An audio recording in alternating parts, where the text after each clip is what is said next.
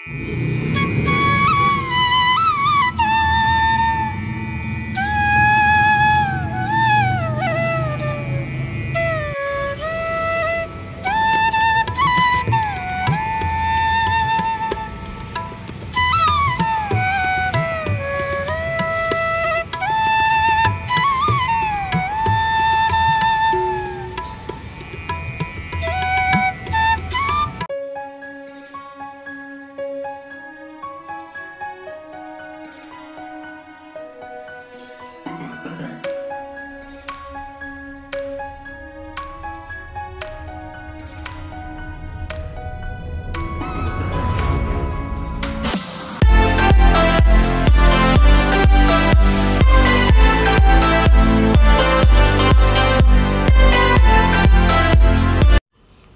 हे आहे ब्रह्मकमळ, बघू शकता तुम्ही किती सुंदर कळी आली आहे।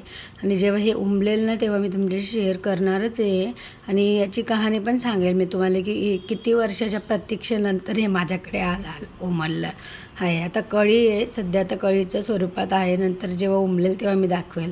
तर बघू शकता तुम्ही आता आज मी उंबरठा लेपन नाही केलं आहे, कारण मला करायचं होतं हे टचवूड उंबरठ्याला, कारण लाकडी उंबरठा असल्यामुळे हे टचवूड करणं गरजेचंच होतं। खूप दिवसापासून चाललं होतं पण पाऊस जास्त असल्यामुळे ते सुकलं नसतं लवकर, त्यामुळे मग मी केलं नाही। हे 3 रंगात येतं टचवूड, एक ट्रान्सपरंट येतं आणि एक येल्लो येतो आणि एक डार्क चॉकलेटी कलर येतो। तर मग मी ह्या येल्लो शेड निवडला होता। आणि बघा फक्त अजून तर हाय एव्हरीवन, कसे आहात? मजेत आहात ना? मजेतच राहा। आजचा दिवस तुम्हाला खूप छान आनंदाचा आणि आरोग्यदायी जावो ही बाप्पांच्या चरणी प्रार्थना। स्वागत आहे तुमचे माझ्या यूट्यूब चॅनलमध्ये। तर आज बघू शकता तुम्ही, आज आहे अंगारकी संकष्टी चतुर्थी आणि संकष्टी चतुर्थीबद्दल थोडक्यात मी तुम्हाला माहिती सांगणार आहे की हे व्रत का आणि कशासाठी करतात ते। अंगारकी चतुर्थी गणपती बाप्पाला समर्पित एक महत्त्वाचा दिवस आहे। ही चतुर्थी मंगळवारी आल्यास अंगारकी म्हणून ओळखली जाते। या दिवशी उपवास केल्याने आणि गणपतीची पूजा केल्याने विशेष फळ मिळते।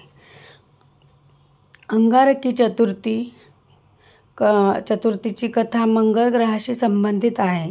गणपतीने मंगळ ग्रहाला वर दिला होता की तुझे नाव अंगारक म्हणून ओळखले जाईल, म्हणूनच जेव्हा चतुर्थी मंगळवारी येते तेव्हा तिला अंगारकी म्हणतात।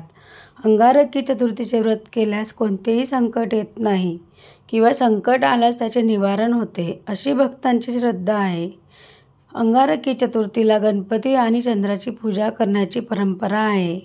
अंगारकी चतुर्थीच्या दिवशी चंद्रोदय उशिरा होतो, त्यामुळे उपवास करणाऱ्यांनी चंद्राला अर्घ्य देऊन मगच उपवास सोडावा।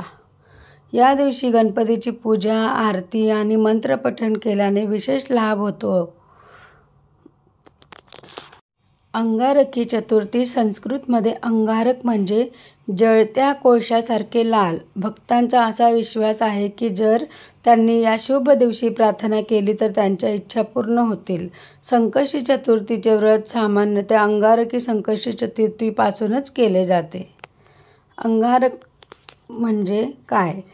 गणपतीने मंगळ अंगारक याला वर दिला होता की तुझे नाव अंगारक हे लोक स्मरणात राहील। हा प्रसन्न होण्याचा दिवस चतुर्थीचा होता। या कथेनुसार अंगारकी चतुर्थीचे व्रत केल्यास कोणतेही संकट येत नाही अथवा संकट आल्यास त्याचे निवारण होते। कथेत आलेला अंगारक म्हणजेच आकाशात दिसणारा मंगळ ग्रह होय असे मानले जाते। अंगारकी चतुर्थी वर्षातून विशेष म्हणजे अंगारकी चतुर्थी वर्षातून 2दा येते। दर 6 महिन्यांनी मंगळवारी येणाऱ्या संकष्टी चतुर्थीला अंगारकी म्हणून ओळखले जाते। या दिवशी गणेशाची पूजा केल्याने विशेष लाभ होतात। चतुर्थी ही कालमापनातील अमावास्येनंतर आणि पौर्णिमेनंतर चौथ्या दिवशी येणारी तिथी आहे। अमावास्येनंतर सुरू होणाऱ्या शुक्ल पक्षातील चतुर्थीला विनायकी चतुर्थी आणि पौर्णिमेनंतर चौथ्या दिवशी येणाऱ्या चतुर्थीला संकष्टी चतुर्थी म्हणतात। ही कृष्ण वैद्य पक्षात येते। संकष्टी चतुर्थी मंगळवारी आली तर तिला अंगारकी चतुर्थी म्हणतात। अंगारकी चतुर्थीच्या दिवशी गणेश पूजनासह हनुमानजींची पूजा केल्याने विशेष लाभ होतो असा समज आहे। तसेच या दिवशी सिंदूर लावून तिलक लावल्याने मंगळ दोष देखील दूर होतात आणि कुंडलीत मंगळाची स्थिती शुभ राहते. असे मानले जाते की अंगारकी चतुर्थीच्या दिवशी भगवान गणेश सर्व संकटे दूर करतात आणि सुख शांती समृद्धीचा आशीर्वाद देतात. भगवान गणेश हा केवळ सर्व देवी देवतांमध्ये सर्वोच्च मानला जात नाही, तर तो बुद्धी, विवेक आणि शक्तीचा स्वामी मानला जातो. विघ्नहर्ता गणेशांचे अंगारकी चतुर्थी व्रत सर्व त्रास आणि दुःख दूर करण्यासाठी लोकप्रिय आहे.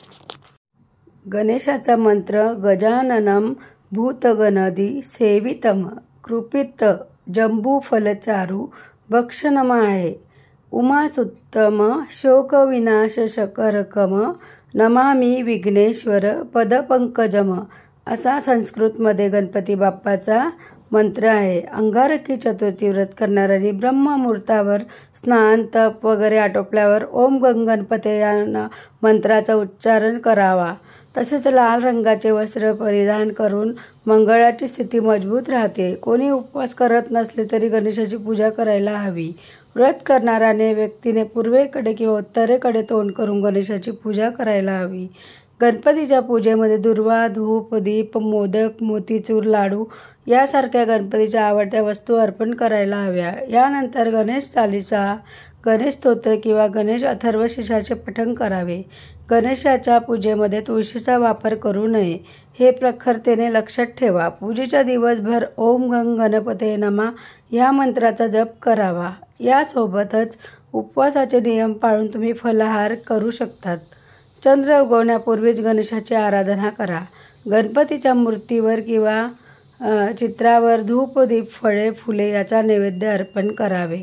गणेशाला चंदन लावावा आणि लाडूंचा भोग दाखवावा. अशा प्रकारे साधी सोपी पूजा केल्याने खूप चांगले फळ मिळतात.